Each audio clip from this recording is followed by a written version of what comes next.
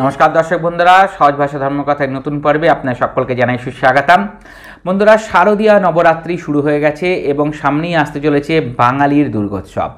दर्शक बंधुरा এই সময়ের মধ্যে আমরা মাকে খুশি করার জন্য বিভিন্ন রকম আয়োজন করে থাকি, বিভিন্ন রকম ভোগও নিবেদন করি। কিন্তু সহজ ভাষা ধর্মকথায় আজকে বলবো সহজ একটা উপায়ের কথা, সহজ একটা ভোগের কথা, যে ভোগ মায়ের অত্যন্ত প্রিয় এবং এই সময়ের মধ্যে মাকে অবশ্যই এই ভোগ আপনারা নিবেদন করুন। তার হলেই আপনারা মায়ের কৃপা আশীর্বাদ পাবেন, মায়ের সন্তুষ্টি লাভ করতে পারবেন। দর্শক বন্ধুরা, সহজ ভাষা ধর্মকথা মানেই তো সহজ উপায়, হাতের কাছে থাকা দ্রব্য দিয়েই প্রায় নিখরচায়, যেগুলো আমাদের সনাতন ধর্মের বিভিন্ন দিকগুলোকে তুলে ধরতে সাহায্য করে, আমাদের বিভিন্নভাবে জীবনে জটিল সমস্যার সহজ সমাধানের রাস্তা বলে দেয়।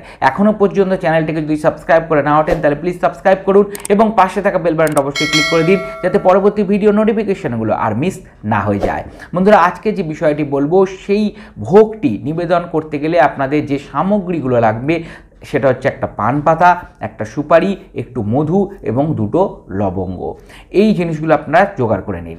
জোগাড় করে নেওয়ার পরে পান পাতাটি ভালো করে পরিষ্কার করে ধুয়ে নিয়ে তার মধ্যে গোটা সুপারি রাখুন, একটু মধুর ওপরে দিয়ে দিন। পান পাতাটিকে ভালো করে ভাঁজ করে দুটো লবঙ্গর মধ্যে গেঁথে পান পাতাটিকে ভাঁজ করে রাখবেন, যাতে খুলে না যায়, সেইভাবে লবঙ্গগুলোকে আটকাতে হবে। আটকে দিয়ে ওই যে পান পাতাটি, এই যে ভোগটি, স্পেশাল ভোগটি, সেটা আপনারা যে কোনো মাতৃ মন্দিরে গিয়ে যেখানে মায়ের পুজো হচ্ছে সেখানে নিবেদন করে দিন। যদি আপনার আশেপাশে কোনো পুজো না হয়ে থাকে, কেন আমরা জানি যে সহজ ভাষা ধর্মকথা যারা দর্শক বন্ধুরা আছে তারা বিভিন্ন রাজ্যে ছড়িয়ে আছে, বিভিন্ন দেশ বিদেশে ছড়িয়ে আছে, তাহলে আপনারা আপনাদের আশেপাশে যে মাতৃ মন্দির আছে সেখানে নিবেদন করুন। অর্থাৎ কালী ঠাকুরের মন্দিরেও নিবেদন করতে পারেন, বা যে কোনো শক্তি মন্দির যেগুলো আছে, মায়ের মন্দির, যেই মায়েরই আপনার আশেপাশে মন্দির আছে সেখানে আপনারা এই তিথিগুলোর মধ্যে গিয়ে দিয়ে আসুন। কোন তিথিতে দেবেন?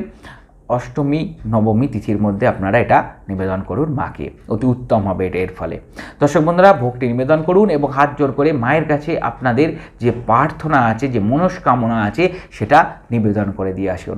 খুব শীঘ্রই সেই মনস্কামনা আপনারা পূরণ করতে পারবেন। মায়ের কৃপা আশীর্বাদ আপনাদের উপরে অবশ্যই আসবে।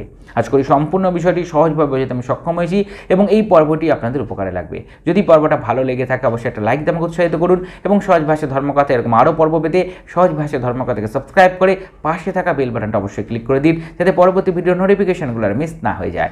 বন্ধুরা, সহজ ভাষা ধর্মকথার আগের একটা পর্বে আমরা আলোচনা করেছি মাকে কিভাবে আমরা এই সময়ের মধ্যে একটা মঙ্গল আরতি করব, যেই মঙ্গল আরতির মাধ্যমে আমরা মায়ের কৃপা আশীর্বাদ নিয়ে আসতে পারি আমাদের বাড়িতে, আমাদের বাস্তুতে, কাটাতে পারি বিভিন্ন ধরনের দোষ। সেই ভিডিও যদি এখনও পর্যন্ত আপনারা দেখে না ওঠেন তাহলে উপরে আই বাটন ক্লিক করে অবশ্যই ভিডিওটি দেখুন এবং করতে চেষ্টা করুন। দর্শক বন্ধুরা, সহজ ভাষা ধর্মকথার যে ফেসবুক পেজ সহজ ভাষা ধর্মকথা, সেখানে একটা লাইক দিয়ে রাখুন। হিন্দু ধর্মশাস্ত্রে বিভিন্ন মন্ত্রতন্ত্র নিয়মিত আলোচনা হয়ে থাকে। আগামী দুর্গোৎসবের শুভেচ্ছা অভিনন্দন সহ আজকের মতন বিদায় নিচ্ছি। নমস্কার।